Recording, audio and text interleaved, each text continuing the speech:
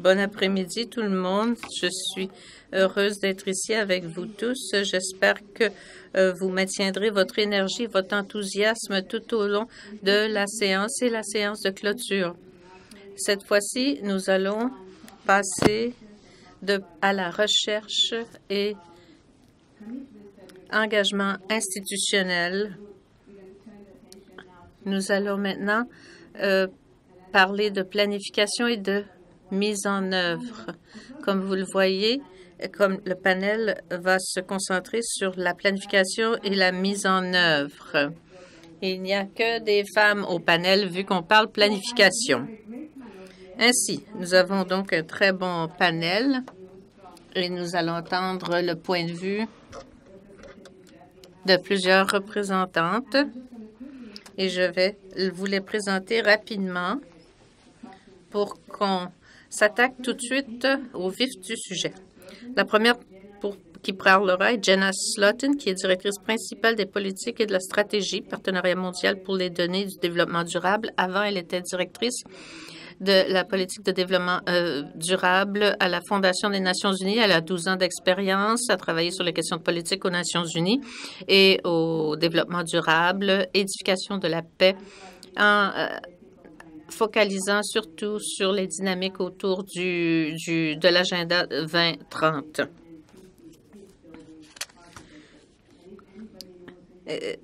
Tout le monde connaît bien Jenna aux Nations unies. Alors, si vous avez des questions complexes, vous pouvez les lui poser. Moi, je me fie toujours sur elle. Ensuite, nous allons écouter Tanya Suvilakso, j'espère avoir bien prononcé, qui est directrice des programmes qualité technique du programme Plan international Canada. Elle est une grande défenseresse des droits des enfants depuis 7 ans et a occupé différents rôles similaires avec UNICEF, entre autres. À l'heure actuelle, elle s'occupe de l'intégration de la programmation dans différents secteurs. Elle aborde des thèmes thématiques sur la santé des femmes et des filles. Et enfin, Sarah Hendricks, qui est directrice de l'égalité des sexes à la Fondation Gates, où elle essaie d'obtenir des résultats substantiels dans l'égalité entre les sexes et l'autonomisation des femmes et des filles. Avant de se joindre à la Fondation, en 2015, elle travaillait comme directrice de l'égalité entre les sexes et l'inclusion sociale et a rédigé une politique à cet effet. À ce rôle, elle était la principale chercheure pour un projet de recherche pluriannuel et un rapport de politique qui s'intitulait Because I'm a Girl. Sarah, ravie de vous avoir ici. Et enfin, Kristen Veit. Et Kristen, j'espère que vous pouvez rester car elle vient juste d'arriver après une mission difficile. J'espère qu'elle pourra nous parler un peu de ce travail. Et Kristen est spécialiste de la protection de l'enfance et responsable technique de l'enregistrement de l'état civil et de l'identité légale pour l'UNICEF. Elle a donc beaucoup d'expérience dans plusieurs secteurs techniques partout en Amérique du Nord, en Afrique, en Asie de l'Est et en Europe. Elle a travaillé dans le secteur privé et était analyste réglementaire avec les Top Fortune 100 et elle a consulté également la Banque mondiale et a aidé au développement de contenu pour leurs cours en ligne. Alors, cette séance sera similaire à la précédente. Nous allons commencer par Jenna, entendre toutes les présentatrices, puis nous aurons une période de questions. Alors, à vous la parole, Jenna.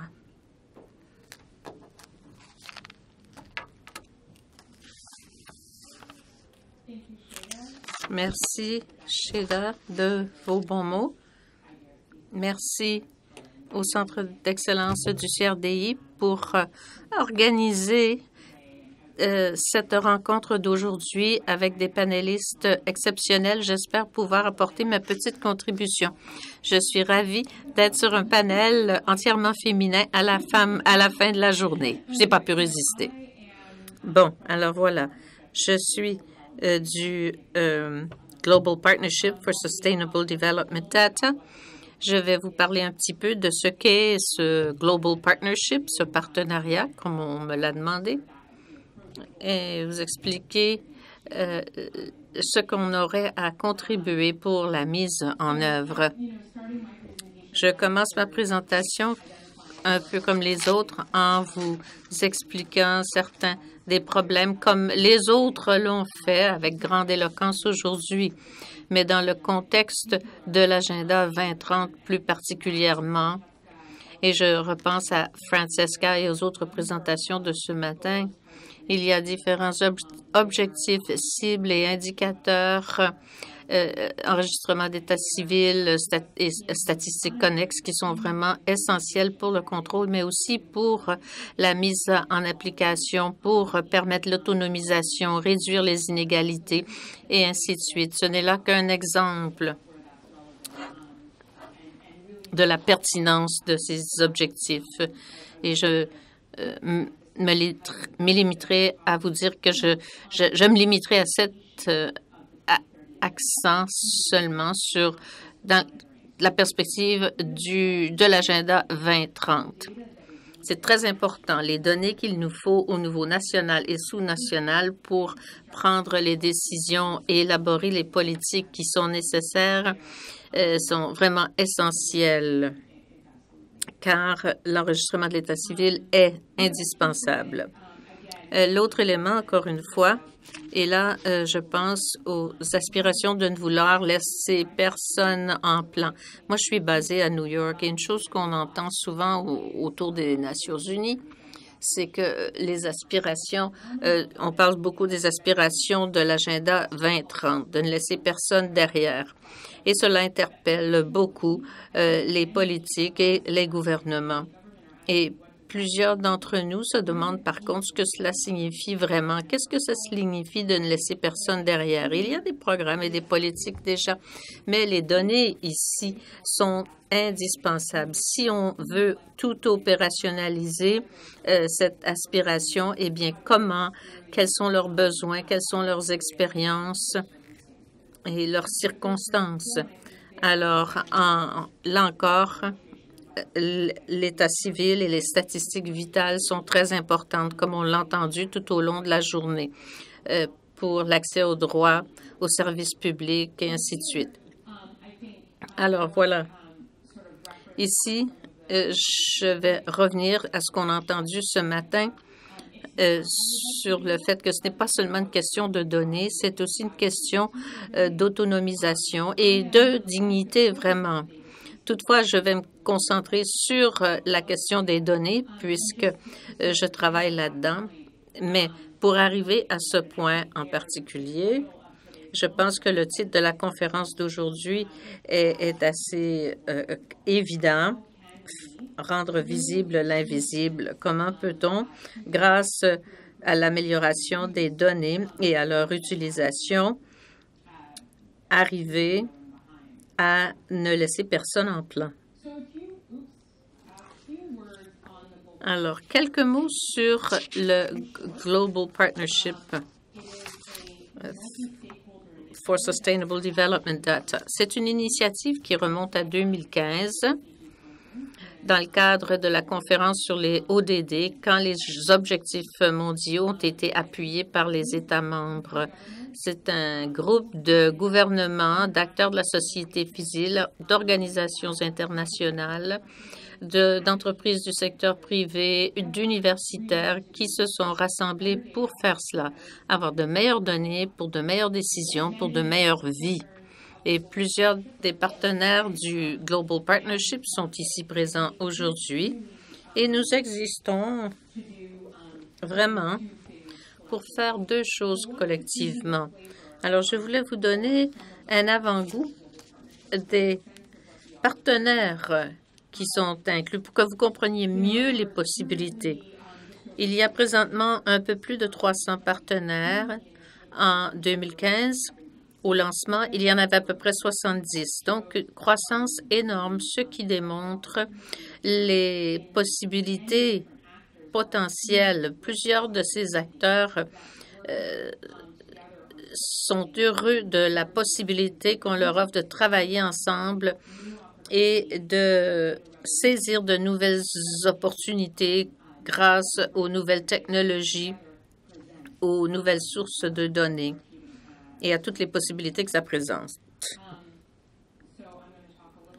Je vais donc parler un petit peu de ce que nous faisons et comment ça peut se rattacher à la question des systèmes d'ESSEC. Le Global Partnership n'est pas un acteur opérationnel comme plusieurs des organisations représentées ici même. Nous sommes un réseau, donc nous sommes composés de plusieurs joueurs dans le secteur. Donc, nous sommes en fait un promoteur pour les données au niveau national, au niveau international, national et local. Nous voulons focaliser l'attention sur les données. On a entendu souvent aujourd'hui où il y avait des obstacles politiques pour convaincre les gouvernements d'investir, de prêter attention aux besoins d'enregistrement de l'état civil et de penser aux dimensions relatives au genre. Une chose en particulier sur laquelle nous insistons, c'est la question du financement. On a vu, quand on a approuvé l'agenda 2030 et qu'on a commencé la mise en application, il y avait beaucoup d'énergisation avec la question du renforcement des données et aussi autour de la technologie, les données satellites. Et pourtant, le financement n'est pas à la hauteur. Alors, on sait qu'il y a un vide pour consolider certains systèmes centraux d'enregistrement de l'état civil.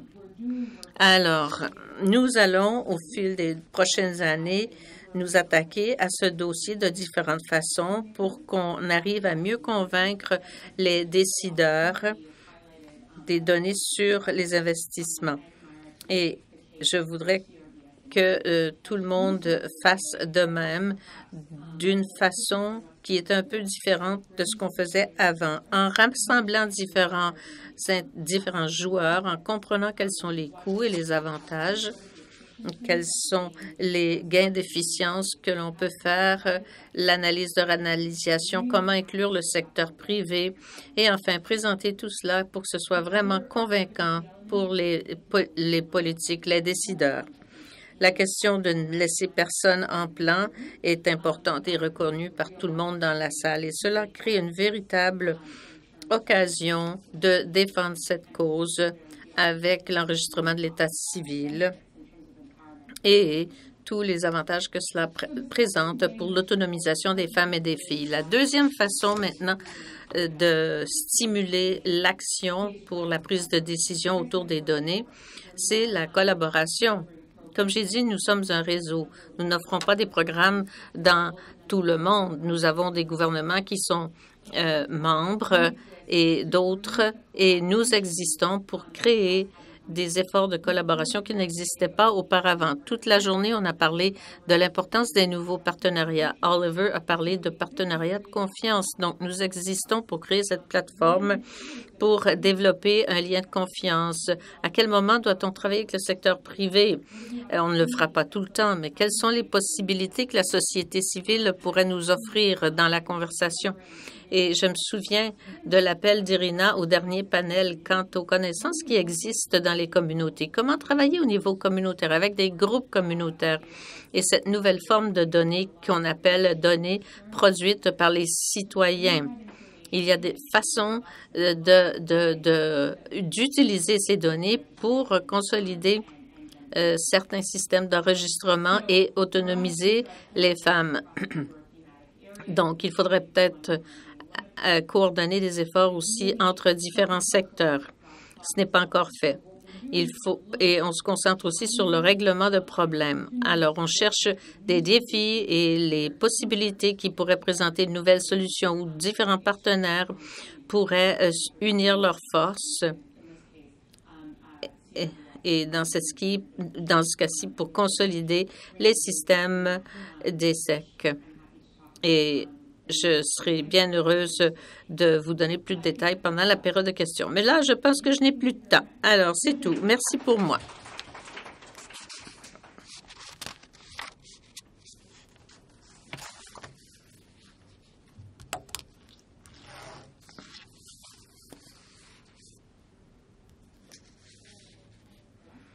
Je suis Tania Suvilaxo.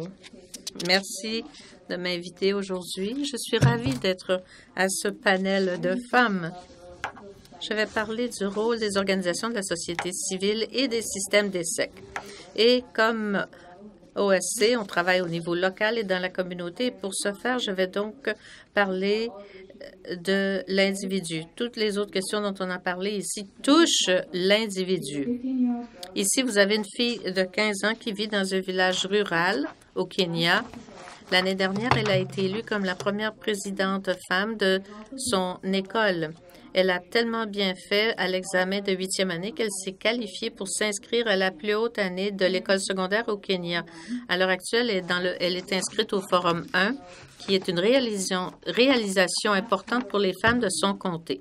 Maintenant, dans 2 ans, elle aura 17 ans. Elle entrera en 3e année secondaire, mais malheureusement, ses parents ont décidé qu'ils n'avaient plus les moyens de la laisser aller à l'école et décident qu'elle doit se marier.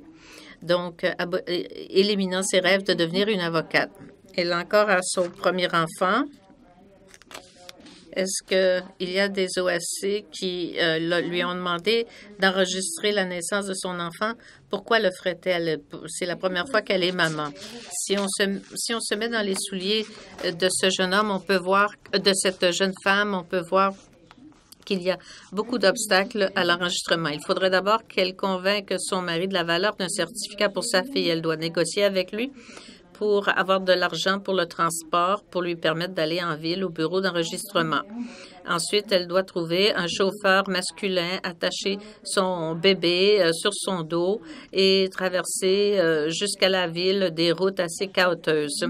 Ensuite, elle risque d'être éhontée par le registre. Pourquoi est-ce qu'elle ne comprend pas les formes et pourquoi n'est-elle pas capable de les remplir correctement? Elle retournerait chez elle ensuite et retournerait chez son mari et avec un formulaire disant que le bébé est enregistré, mais ils doivent retourner dans un mois chercher le certificat. Et comme le registraire n'a pas pu lui dire quand ce serait prêt, il court un risque.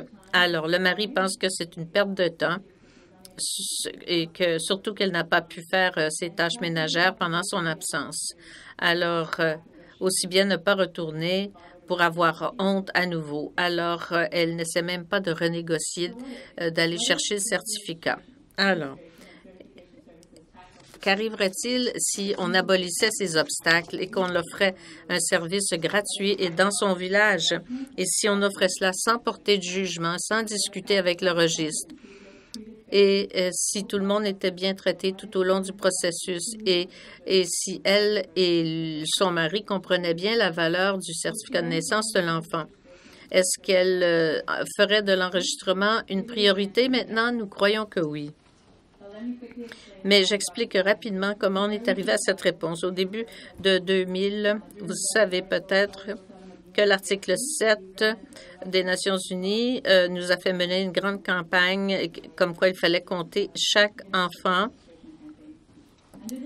Et dans le cadre de cette campagne, nous avons fait beaucoup d'enregistrements de naissance partout dans le monde et nous avons enregistré beaucoup d'enfants. Toutefois, les enfants naissent tous les jours et malgré nos efforts, on n'a pas pu augmenter vraiment le taux d'enregistrement. Alors, on est retourné à nos planches de travail pour d'essayer de trouver une démarche plus complète. Donc, il fallait avoir plus de reddition de comptes dans nos démarches. Quand on pense à la demande, comment motiver les gens à faire ce dont on vient de parler?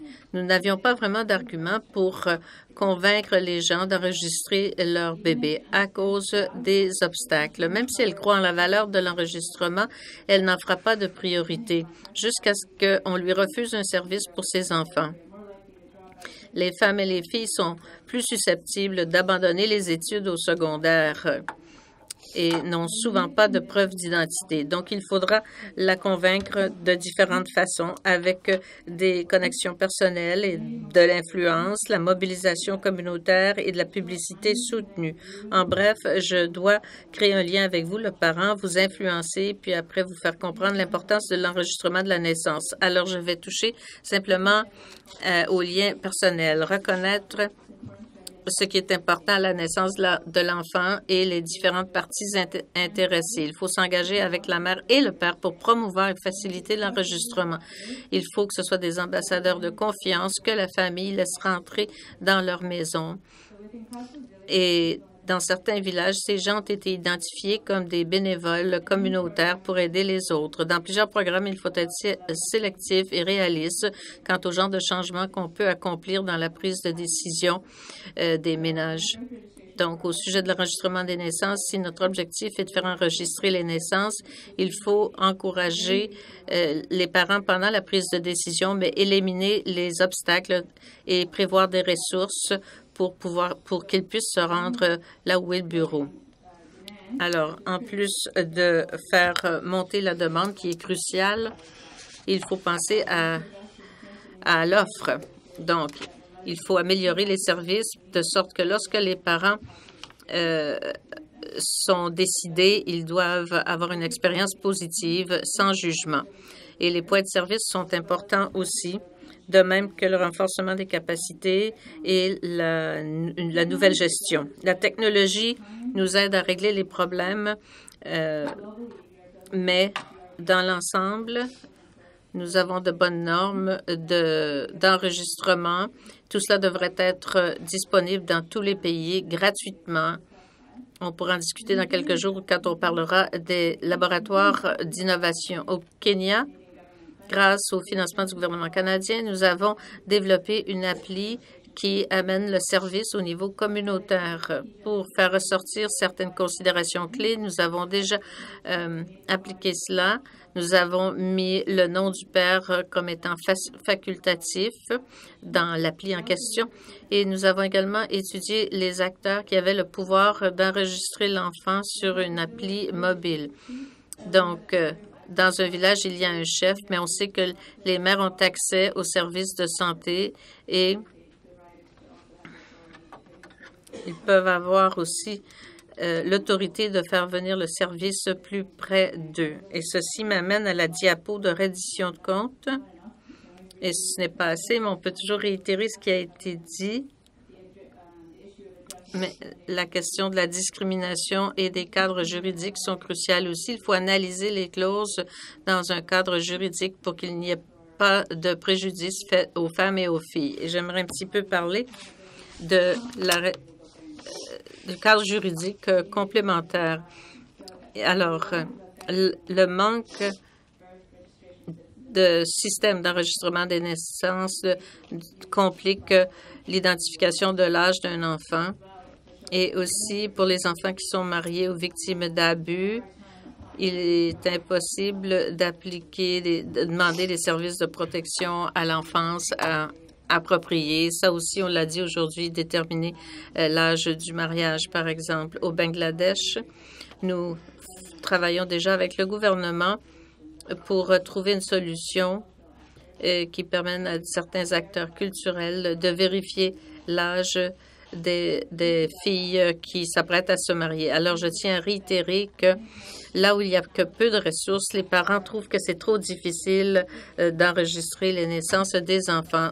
Ainsi, ils n'en font pas une priorité. Il nous faut donc influencer leur choix et faire des interventions et créer une demande ou travailler avec eux au niveau communautaire et travailler sur l'offre et la reddition de comptes.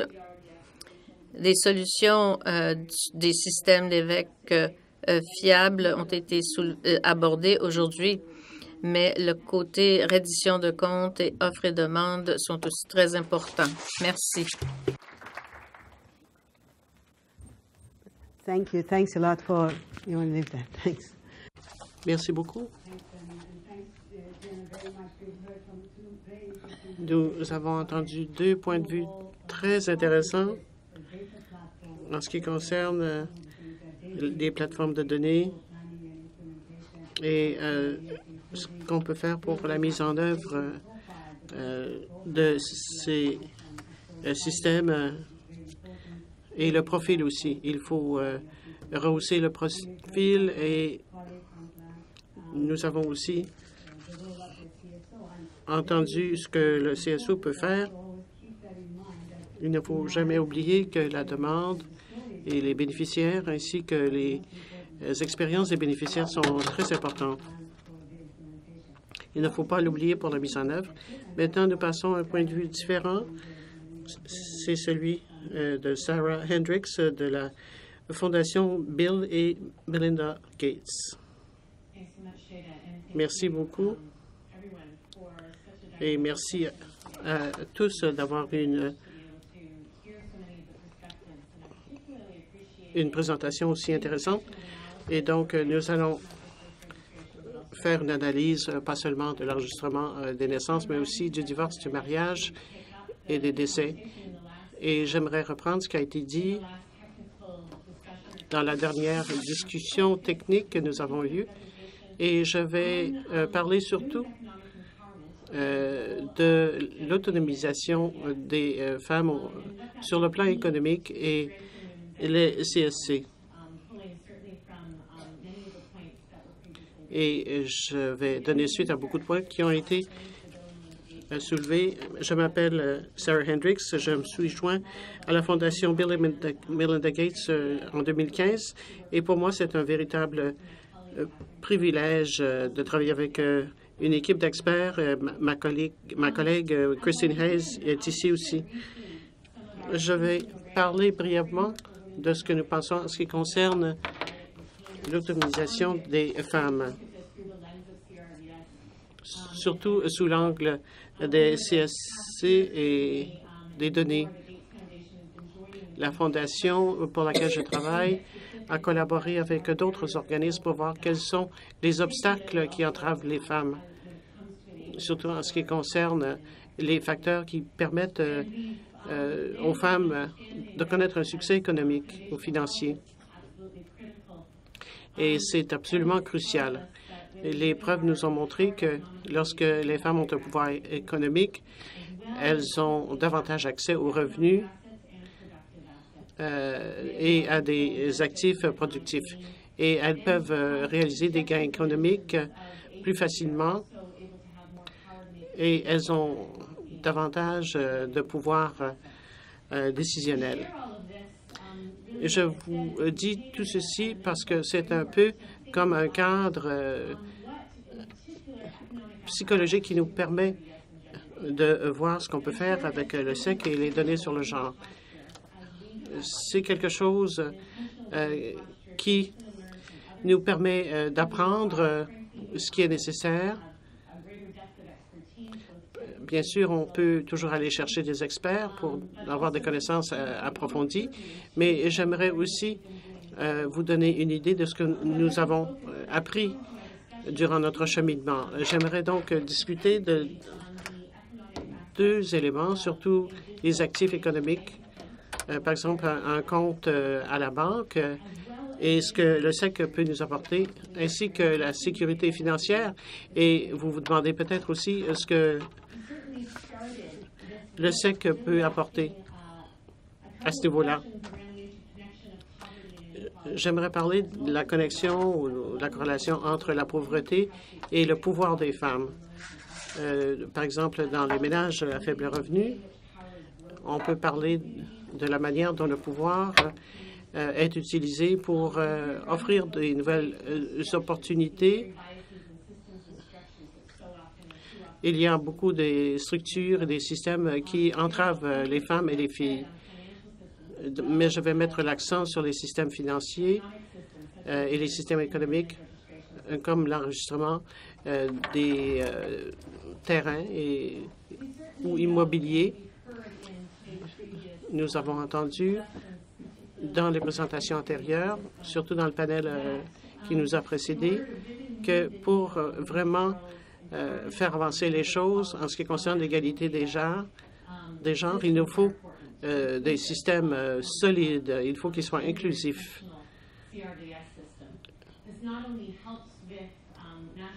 Non seulement est-ce que cela favorise la planification et la mise en œuvre pour les femmes qui ont besoin d'avoir plus de pouvoir économique dans les différents secteurs de la société.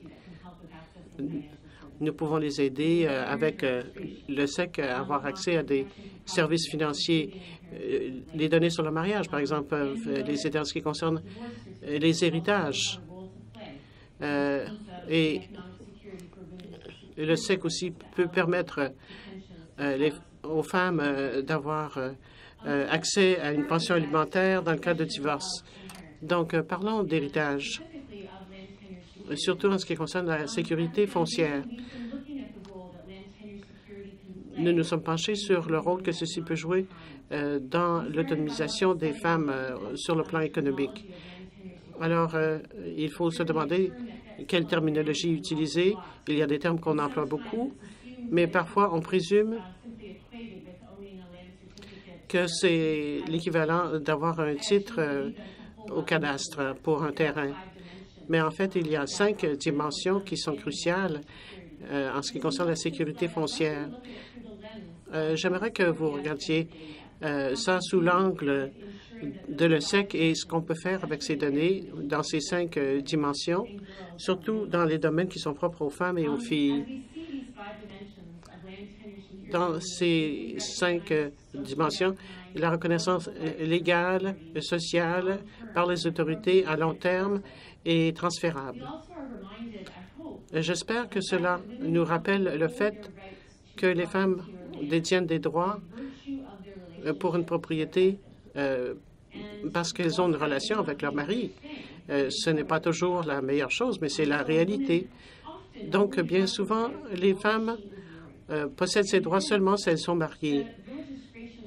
Donc, essentiellement, l'enregistrement de son mariage est d'une importance vitale, particulièrement si on veut qu'elle soit reconnue légalement et qu'elle puisse transférer un terrain, que ce soit par bail ou par vente. Donc, ceci peut être positif ou négatif selon la qualité des données sur le genre. Donc, il faut se demander si nous en savons assez sur le rôle des documents juridiques, surtout en ce qui concerne les naissances et les décès, et comment on peut aider les femmes à maintenir leur propriété. Il y a un autre domaine qui, à mon avis, est très important, c'est l'inclusion financière, pas seulement en ce qui concerne les actifs fonciers. Alors, quel est le lien avec l'inclusion financière? Je pense que c'est quelque chose d'assez intéressant dans ce contexte. On regarde toujours les choses sous forme de chiffres. Il y a 1 milliard de femmes de nos jours dans le monde et on se demande comment on pourrait leur donner accès à un compte en banque. Il y a eu énormément de progrès en ce qui concerne l'inclusion accrue des hommes et des femmes partout dans le monde sur le plan financier. Les femmes ont fait beaucoup de gains. En ce qui concerne le nombre de comptes entre 2011 et 2014, c'est passé de 47 à 58 %. C'est une excellente nouvelle. Mais si vous regardez ça sous un angle de genre et de pauvreté, il n'y a pas eu beaucoup de gains de la part des femmes par rapport aux hommes. Il y a une croissance dans les pays où l'utilisation est accrue aussi. Ce que j'aimerais souligner ici, c'est que trop souvent, les femmes sont limitées. Elles ne peuvent pas ouvrir de compte bancaire. Et il y a beaucoup de facteurs en ce qui concerne l'offre et la demande. Dans bien des cas, lorsqu'on se demande pourquoi les filles et les femmes n'ont pas de compte en banque mobile, par exemple, c'est parce qu'elles n'ont pas de pièce d'identité formelle. En fait, 1/5 des femmes dans le monde en développement, qui n'ont pas de compte en banque, n'ont pas la documentation nécessaire pour ouvrir un compte en banque, comme un certificat de naissance ou une pièce d'identité officielle. Donc, je le répète, 1/5 des femmes dans le monde en développement n'ont pas la documentation nécessaire pour ouvrir un compte en banque. Donc, nous posons une autre question. Quel est le rôle d'une pièce d'identité pour faire en sorte que les femmes soient plus susceptibles de s'enregistrer ou d'ouvrir un compte en banque? Et j'espère que ceci va susciter d'autres questions pour l'auditoire. Je n'ai plus de temps. Peut-être que durant la période de questions, je pourrais répondre à la question. Quel est le rôle des donateurs en ce qui concerne ce qu'on peut faire pour mettre en lumière l'importance de l'ESSEC? Merci.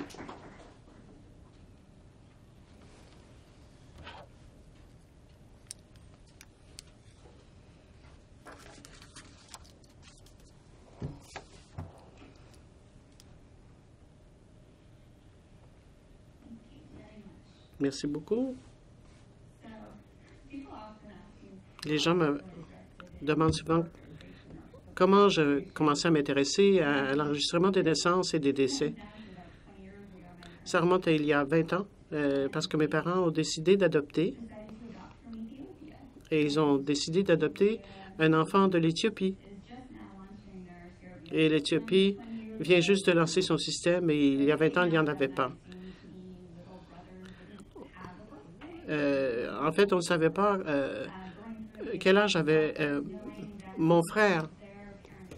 Et leurs parents non plus n'avaient pas de certificat de décès.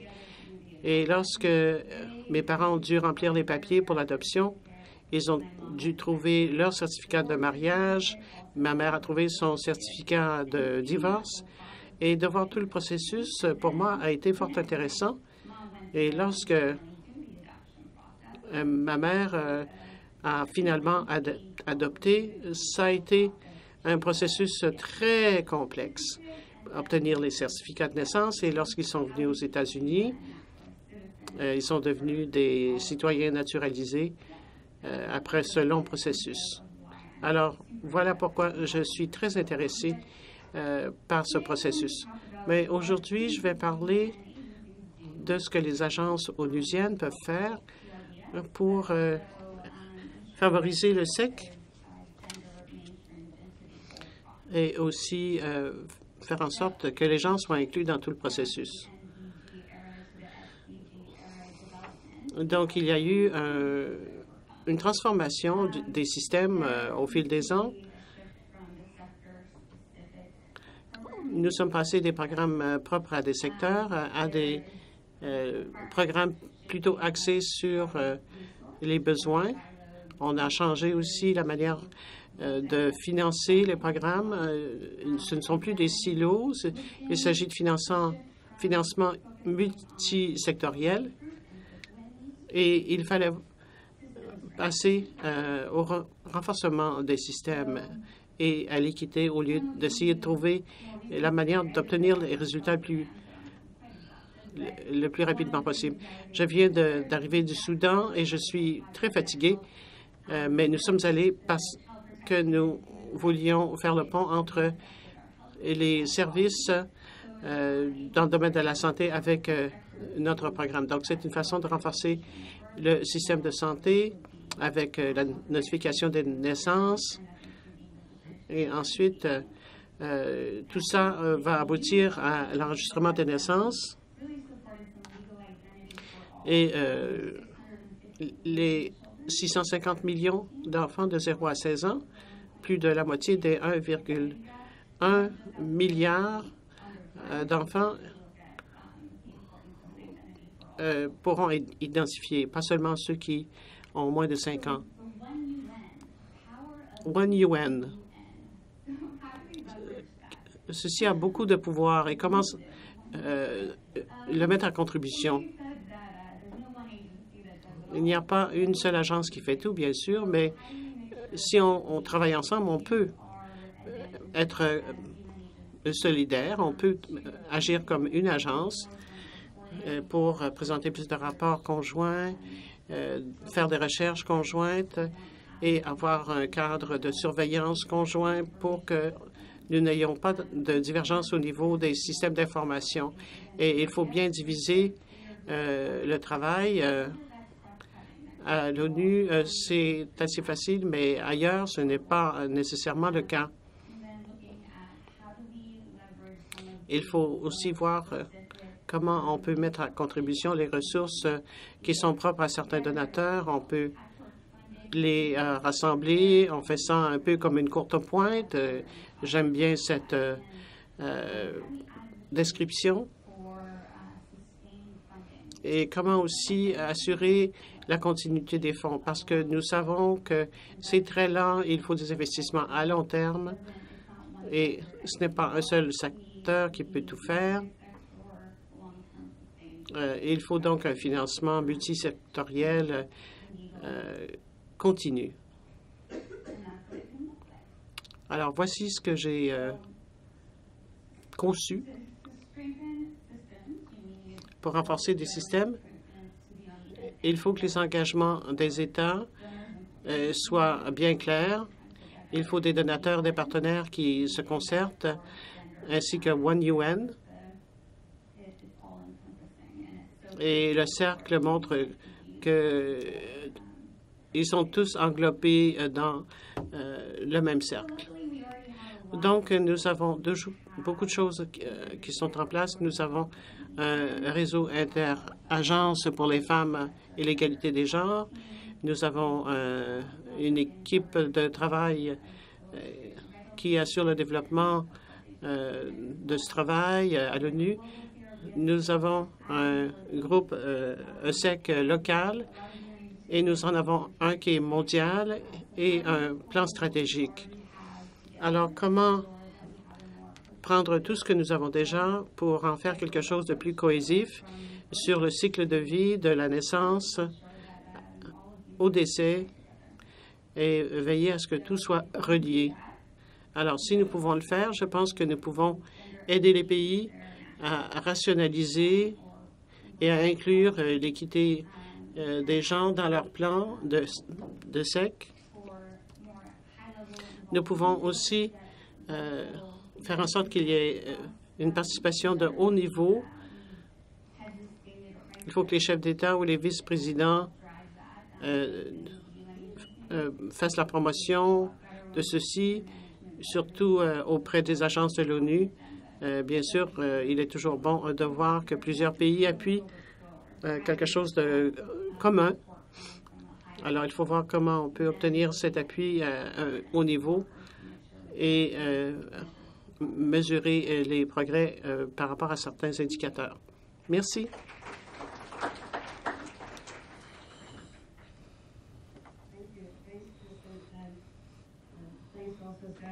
Merci, Christine et à Sarah.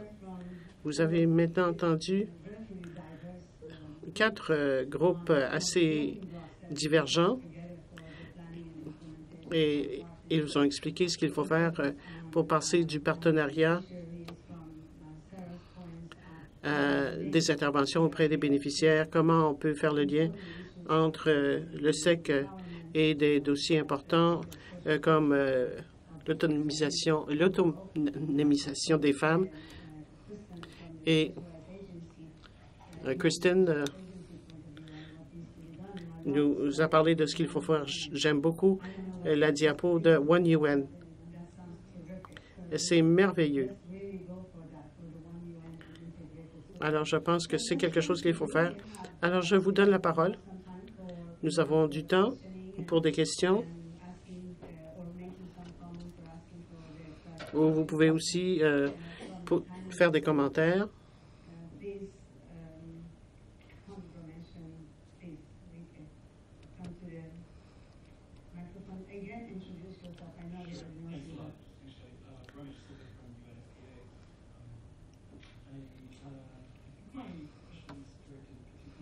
Ma question s'adresse surtout à Sarah Hendricks. Mais les autres collègues peuvent répondre aussi. Vous avez cité les statistiques. Vous avez dit qu'un grand nombre de femmes n'ont pas de compte en banque ou n'ont pas d'identité ou de pièces d'identité pour le service financier. Pensez à un grand projet en Inde, le plus grand au monde, lancé par le fondateur de Mphasis.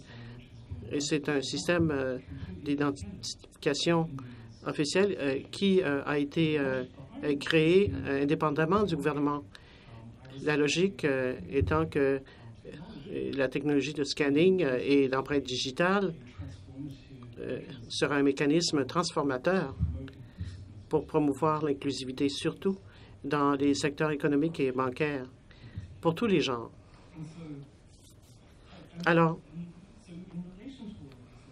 dans ce contexte, je suis intéressé par les 5 dimensions de sécurité foncière, la reconnaissance sociale, les autorités et la transférabilité. Donc, pourriez-vous élaborer davantage? Qu'est-ce que nous devrions penser de ces systèmes nationaux d'identification qui, c'est peut-être une mauvaise chose, mais peut-être une mauvaise chose, indépendamment de l'État. Et que pensez-vous des ramifications à moyen terme et à long terme? C'est encore moi. Il y en a qui prennent des notes dans la réunion. J'aimerais regarder la dernière diapo de Kristen parce que je pense que c'est quelque chose qu'on pourrait peut-être inscrire dans le rapport final. Ma question est la suivante. One UN est très important. Vous avez parlé des cibles et des indicateurs parce que ici on parle de genre. Nous pourrions avoir une réflexion là-dessus parce que nous pouvons travailler là-dessus dès maintenant pour ne pas oublier d'inclure le genre. On a parlé de design ce matin et de plusieurs choses, mais pour moi, cette dernière diapo est très importante. Mon autre question ou commentaire, alors, comment faire le lien avec certaines choses que nous avons entendues dans cette réunion, cette conférence? Parce qu'il y a différentes dimensions qui entrent en jeu. Il y a bien des choses positives qu'on peut en retirer. Et donc, comme ça, je pourrais l'inclure dans mes notes.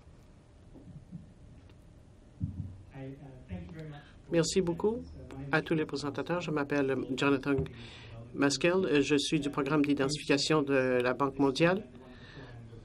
La session de ce matin était brillante et cet après-midi aussi.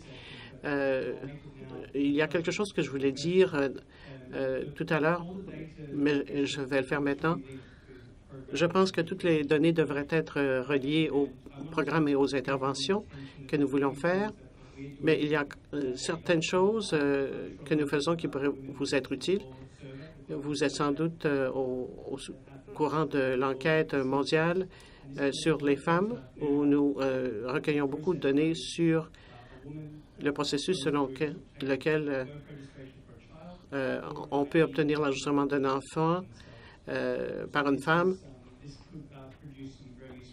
Je pense que ceci pourrait nous donner des données qualitatives très importantes et avec l'appui de la Fondation Gates, nous avons inclus des questions sur l'identité dans l'index de 2017.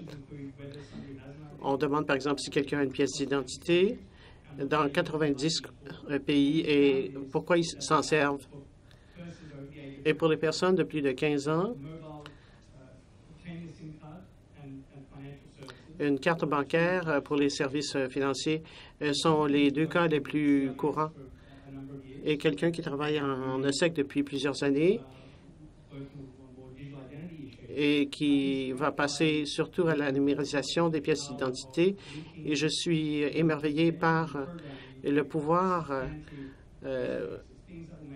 ou ce qu'on peut avoir comme impact important sur l'identité. Vous avez parlé de l'inclusion financière en Inde. Aïcha a parlé aussi de la garantie des virements bancaires au Pakistan qui permet d'éviter que les hommes parfois soient au courant d'une transaction bancaire. Est-ce que vous êtes au courant d'autres domaines? Par exemple, vous avez parlé de propriété immobilière et d'autres situations. Et le groupe avec lequel je collabore peut peut-être promouvoir ce genre d'intervention. C'est votre première question? Première question publique. Je m'appelle Susan Stout, je fais partie de Development Gateway. J'ai deux questions. En tant qu'organisateur et partenaire, est-ce qu'il y a un seul point où on peut s'adresser pour voir ce qui se passe dans ces systèmes, s'il y a des progrès qui sont faits en ce qui concerne le SEC? Parce que je ne suis pas si certaine que nous soyons tous au diapason. Dans certains cas, on dit qu'il n'y en a pas assez. Donc, en tant que donateur, est-ce que vous avez une bonne idée de qui fait quoi et quand, et s'il y a des progrès qui sont réalisés? Deuxième question. J'hésite à soulever quelque chose d'assez délicat. On parle de SEC et on parle de ID4 pour l'identité donc établie de façon électronique. Elle connaît la réponse déjà. Nous avons maintenant 4 questions. Il y en a une qui s'adresse à vous, Sarah. Alors, nous allons commencer par vous. Merci beaucoup pour vos questions. Je pense qu'à certains égards, certaines questions sont similaires, surtout en ce qui concerne les commentaires de la personne de la Banque mondiale.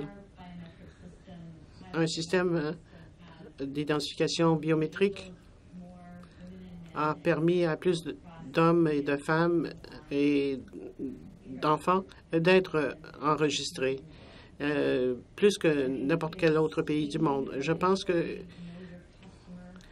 lorsque vous changez les exigences réglementaires, vous connaissez votre clientèle et la dynamique derrière certains obstacles sont liés au QIC.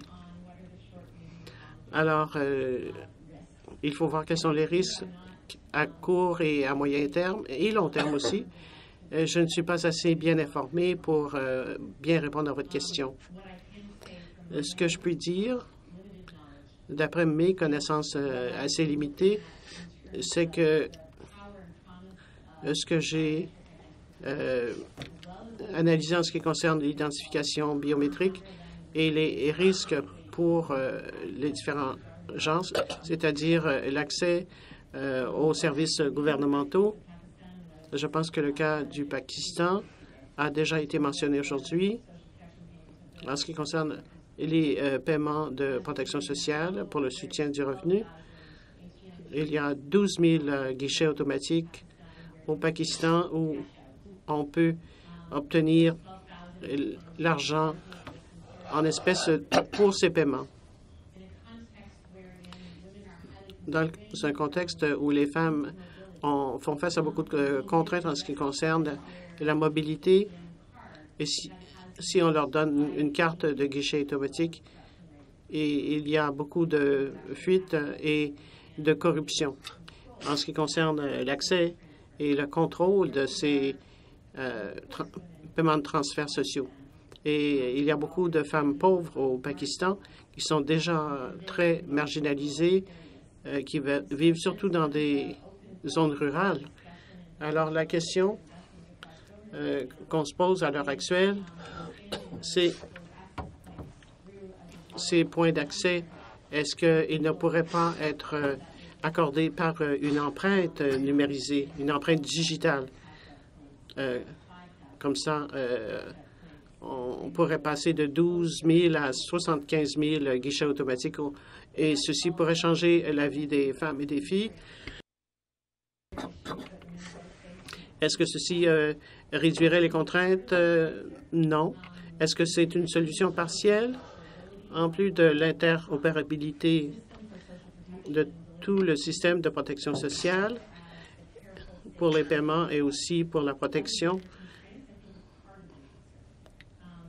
des autres intervenants? Je pense que c'est une solution partielle. Given the nature of Étant donné la nature de notre perception du développement de ces deux systèmes, vous posez une question à savoir si les deux systèmes fonctionnent en parallèle. Est-ce une préoccupation? C'est la question que vous nous posez. Moi, je pense qu'il faut vraiment mettre l'accent sur une conversation entre les intervenants dans le système de permettre le type de dialogue qu'on voit ici. Aujourd'hui, alors, mon collègue de la banque a abordé ce sujet justement, et moi j'avais espéré en fait parler du travail que vous avez effectué quant à obtenir des informations à même la carte nationale d'identité. Je pense que ça va nous permettre de faire beaucoup mieux.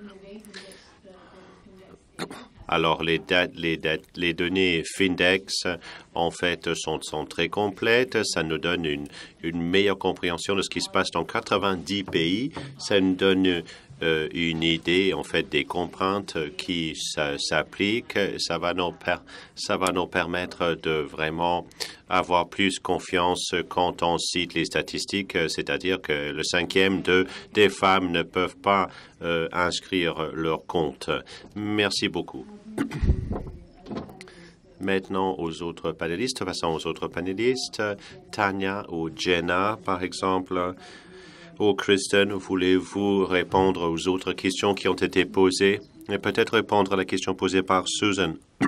Regarding À savoir s'il y a un endroit auquel on peut s'adresser pour obtenir de l'information sur le financement de l'ESSEC.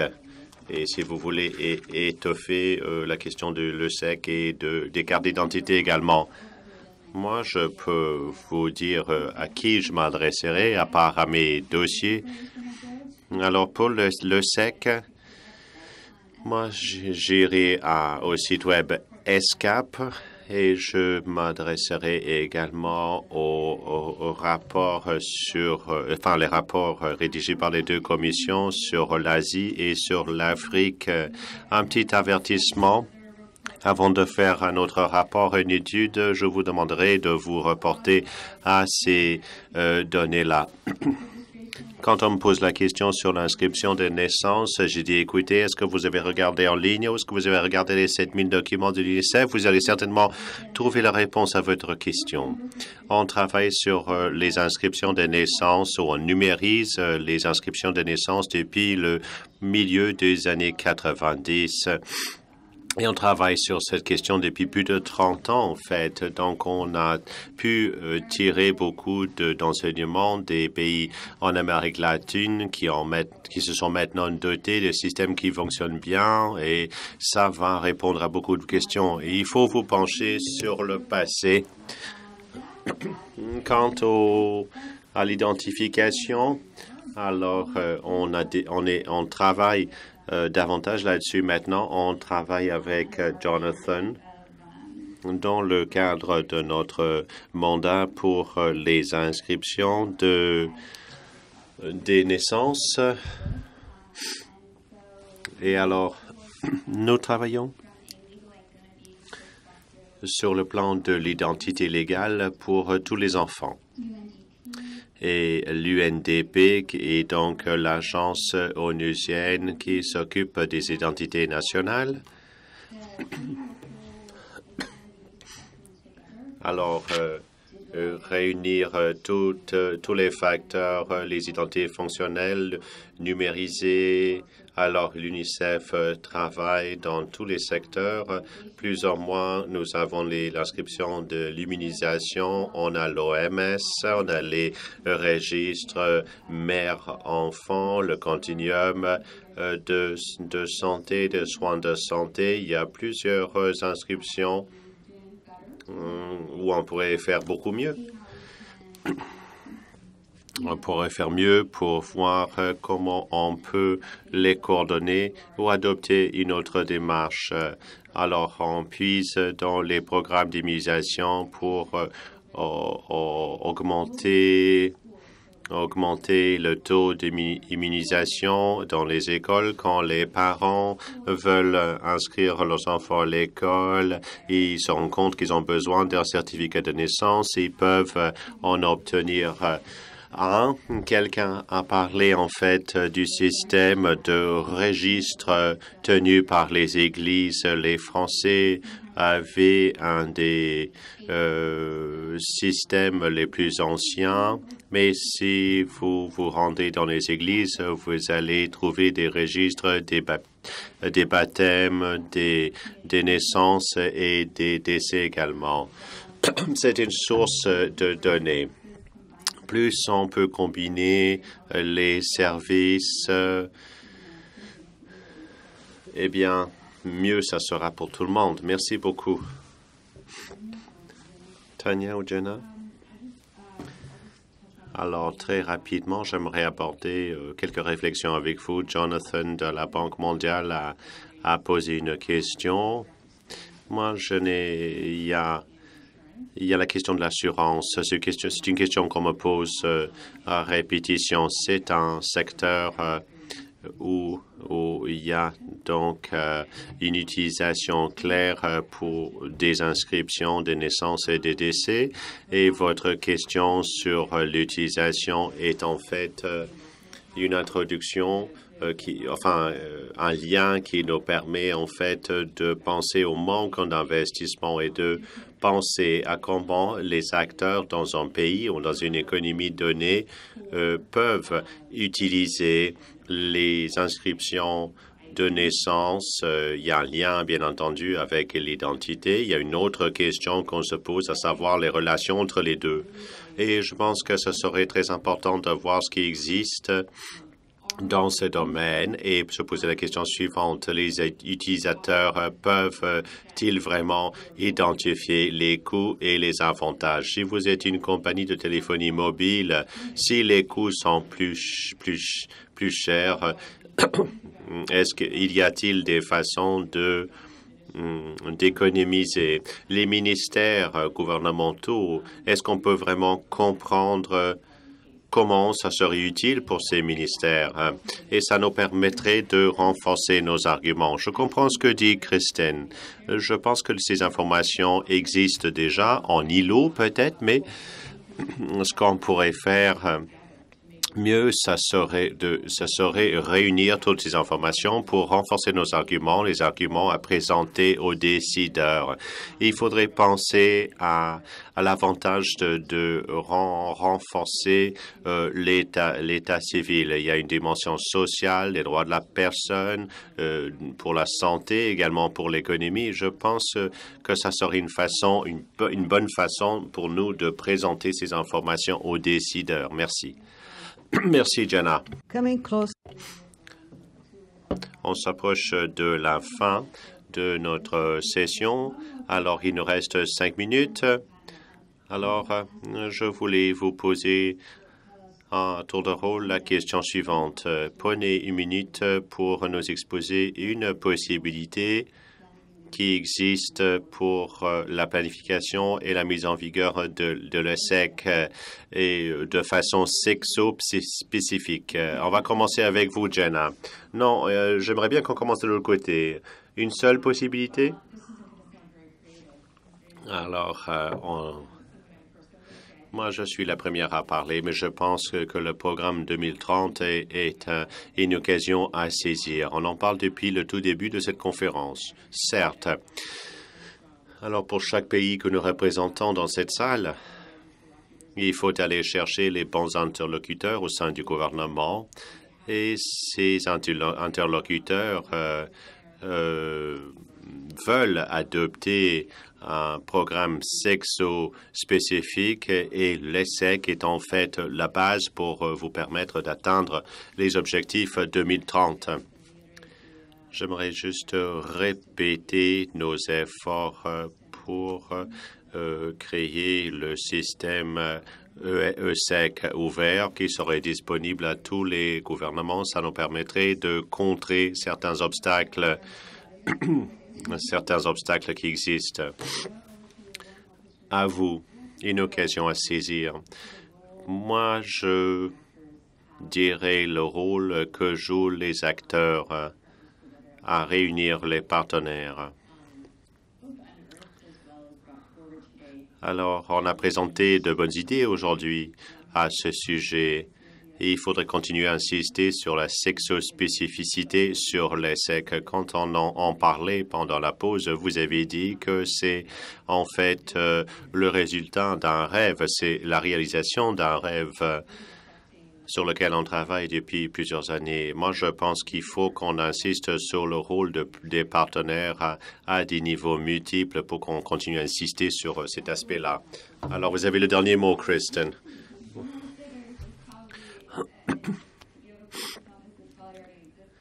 Alors, il y a quelque chose qui n'existe pas déjà et l'UNICEF essaie d'aborder la question. On va devoir mettre à contribution tout le monde.